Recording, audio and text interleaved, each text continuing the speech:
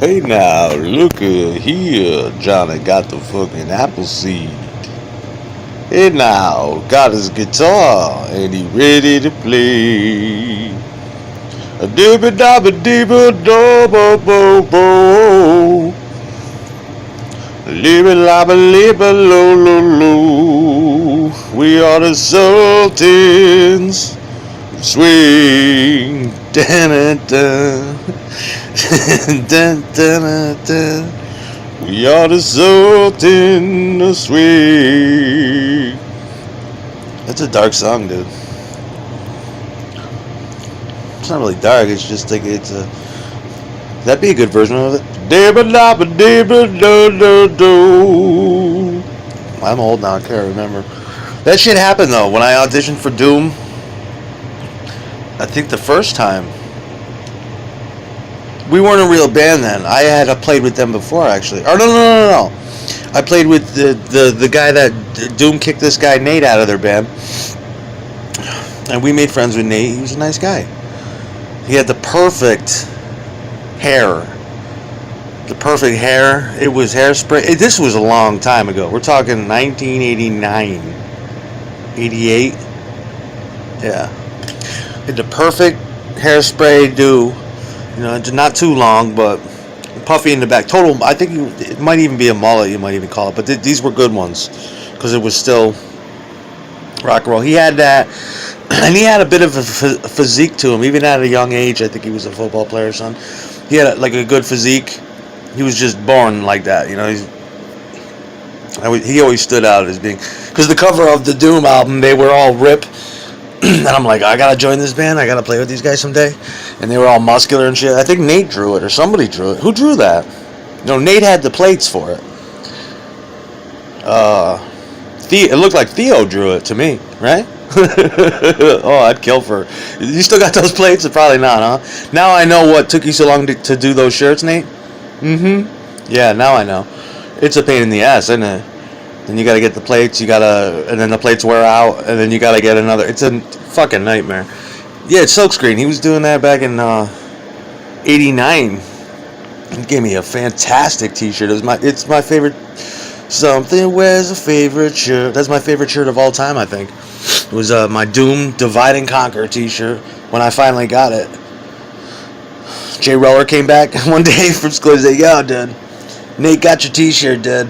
Here, check it out." And he threw it to me, and I'm like, it was perfect. It was a small T-shirt. Yeah, it was a long time ago. But it was so. It must have been a hell of a print. It was somewhat of an articulate drawing. It had a big fat pot-bellied demon behind them with flames, and then they're all standing in the front. Colin Shepherd, guitar. You know, from probably an homage to Def Leppard. Stryker Vaughn, guitar. Who else was it? That's all I can remember from that lineup. But it's true, I didn't have no gear, but I had to play with them, and I think Nate was being nice because he probably came to help us. He brought distortion pedals, and he brought amps, and he had the phaser pedal we liked. He had a PV Deuce amp, 2 Black Widow speakers in it. That's a nice PV. With an MXR distortion pedal. I remember everything. I got an immaculate memory. And when my guitar died, I don't know. I just outgrew it. I didn't have any money. I mean, you know, I'm sorry, dude. But his dad, and then it wasn't a big deal. But his dad came one day and he said to me, it was funny. I mean, you weren't there that day though, Nate. You didn't hear your dad say it, and you didn't have the joke because it became a joke of its own. It's not a joke on you, dude. It was like La Bamba when he goes, "Is that your amp?" Looks like something threw away. I mean, he didn't say it to me like that. He was a nice dad. He was just like appraising shit like a dad would. But I mean, I'm 12 years old. It's 1989. I feel like shit already. You know. It's just I don't want to have to explain 1989. I mean, we've gone back and we've MK Ultra fucking Gottlieb my ass into another fucking consciousness of thinking. So I mean, what do you want from me? Don't promote bullshit. I mean, I'm not. That's how I felt. That's how I when I seen LeBron. Every time in my life when I seen La Bamba, why would it make me feel like that? I don't care. He lent me a guitar for a long time too. It was like my first real guitar. I don't know how you gotta ruin everything. And Nate gave me that guitar. He took it back eventually, though. I mean, which is right. What's right is right. It wasn't mine. I couldn't keep up payments. It was just a dark day. That's all I was saying. I don't blame you personally, Nate, for fucking losing. It was It taught me a lesson later in life. You know, to do anything it takes to seize an instrument, even steel. I mean, can you feel that? Is that alright with you? Is this mic on? Yeah. Fucking better be. Jesus Christ, what a bummer you are. You don't promote bullshit, man. What? So bullshit. What are you doing looking at my chicks anyway? The last time I looked at you on Facebook, you looked like you had a billion bitches. You looked like some kind of pimp lord. So what you been doing, huh? You been busy? You still got that fine sister? Forget her name though. She had the hair. She had the good Amish hair. This was back again, this was 1989. I'm thinking. But I was good friends with Nate. I never could be Nate. I knew that then as a child. He always had the good Javon Musk on. And he used to tell me, it's all about one thing, or two things, man. And I'd be like, what's that? It was a routine we did. And I'd be like, and what's that? Cars and guitars, baby. And that's pretty much still how it goes for me. Oh, because he had slick little cars too. He had back in '89 he had quite a few cars, but at the time VW Bugs were making a comeback, and he had like a '72 yellow Bug with purple splash paint on it. It was fucking dope. And he had a muscle car somewhere else. He played himself. He had I don't know where he got it, but it was a very nice Les Paul. A real Les Paul. You know? You'd have to unlock the case and you'd open it up and it looked like a fucking coffin in there. It was a long time ago. Classic sunburst Les Paul. I remember you could, when you stood by it, you could see what a really nice guitar was, you know. And we had a couple songs with Nate, that sounded like, we call it Rome because at the time it sounded like the B-52's Rome, but we loved to play it because he had that phaser pedal.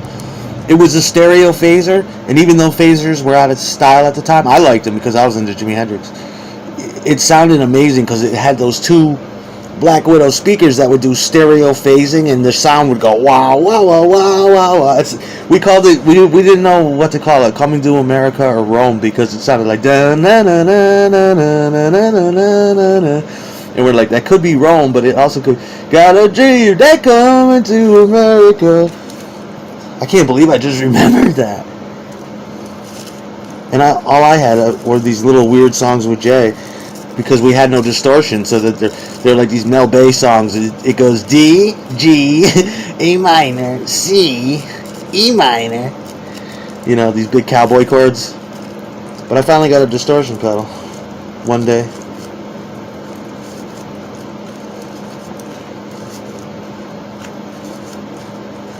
Don't promote bullshit, man. Say it like it was. Say it like it was. God.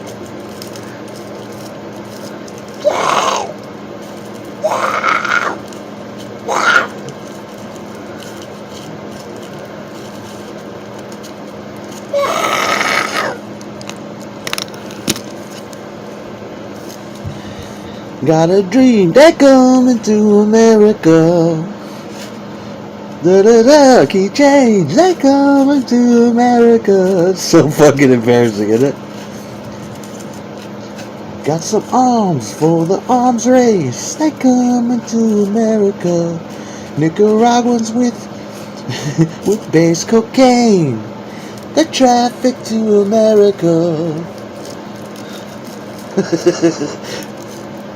Palestinians and Libyans. They coming to America. Today.